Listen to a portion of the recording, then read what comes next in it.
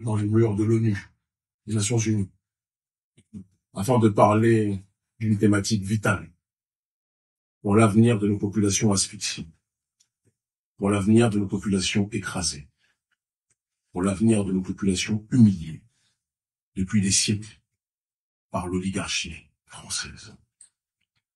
Mon émotion est des plus grandes de me retrouver aujourd'hui en présence de mes frères, de notre peuple, de Guadeloupe, de Martinique, de Guyane, de Kanaki, de la Polynésie, et aussi de nos camarades de lutte qui sont installés dans d'autres lieux, comme en Corse par exemple. Je n'ai pas de mots pour décrire l'émotion qui est la mienne aujourd'hui.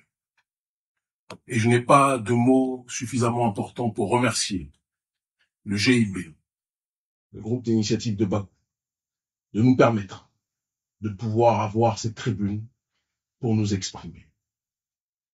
Vous n'êtes pas sans savoir qu'il y a un peu moins d'une semaine maintenant, j'ai été, avec mon collaborateur, arrêté par les services secrets français sur ordre de la présidence française et en collaboration avec le pion du système néocolonial français, qui est le président de mon pays, le Bénin, Patrice Talon.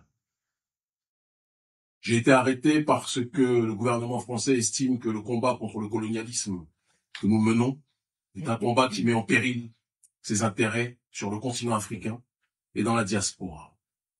Parce que la France, ou du moins le gouvernement français, parce que je ne veux pas mélanger l'élite française et le peuple français, l'élite française pense qu'au XXIe siècle, ils peuvent prôner les droits de l'homme à l'extérieur, mais ils ne peuvent pas les appliquer vis-à-vis des populations qui n'ont cessé d'asphyxier depuis des siècles.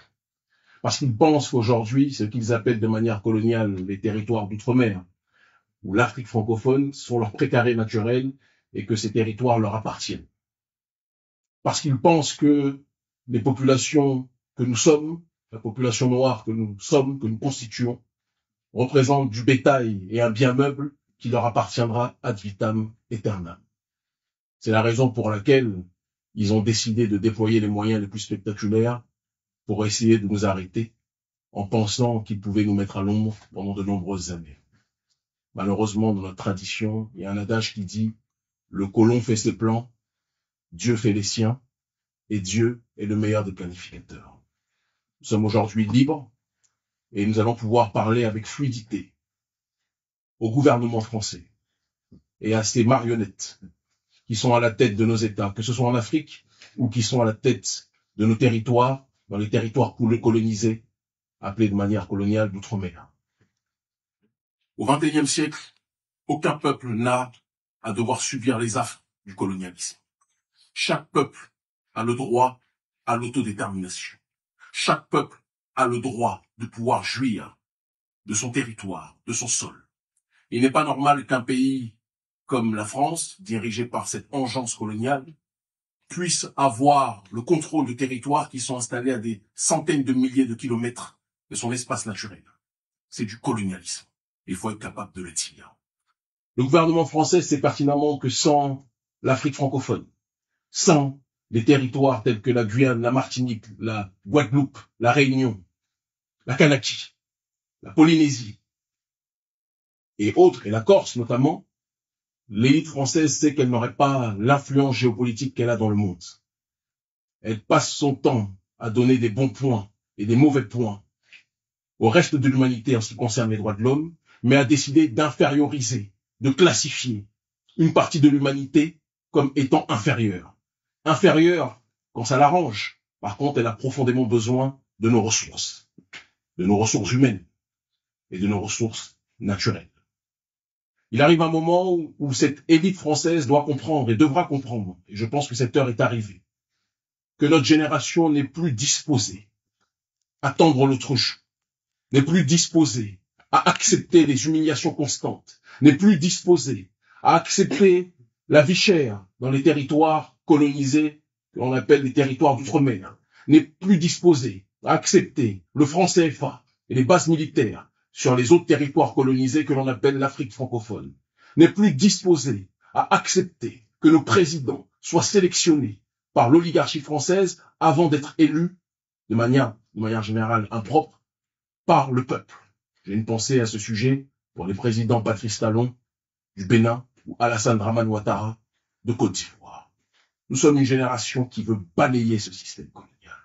Une génération qui ne veut plus accepter les négociations fallacieuses avec les billets mis en dessous de la table pour arranger quelque part les élites colonisées et faire en sorte que nos territoires puissent continuer à leur appartenir.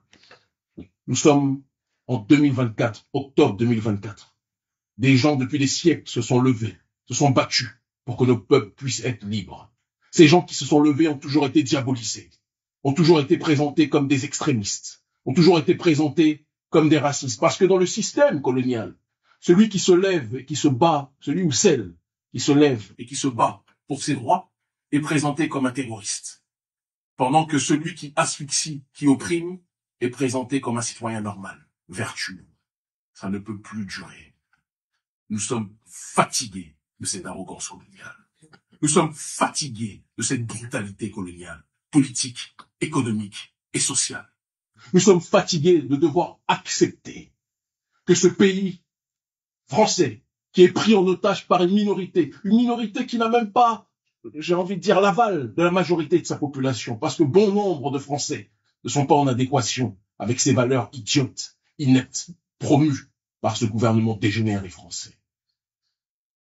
Il est temps aujourd'hui, à travers cette convergence des luttes issues de nos peuples, qu'un nouveau front puisse voir le jour. Un front intense de décolonisation. Un front intense d'autodétermination. Le panafricanisme, c'est l'unité des diverses formes d'africanité dans le but d'obtenir une collective souveraineté. Nous élargissons ce processus à travers l'alliance avec nos peuples et les différents peuples opprimés, d'accord, en disant que c'est l'unité de nos diverses identités dans le but d'obtenir une collective souveraineté qui permettra à nos peuples plus que jamais de résister. Divisés, nous sommes fragilisés. Unifiés, nous sommes imbrisables. Le président Emmanuel Macron pensait qu'en prenant justement la présidence, il allait pouvoir accentuer ce processus colonial et renforcer le statut de puissance mondiale d'une nation française en déliquescence. Manque de peau pour lui, il a pris le pouvoir à la période où notre génération a décidé de se lever. Et je vous le dis, nous sommes la facture de nos ancêtres. Et ce qu'ils ont commencé, nous allons le terminer. En l'honneur de nos aïeux morts au combat, en l'honneur de nos mères qui se sont sacrifiées, en l'honneur de nos pères qui sont tombés.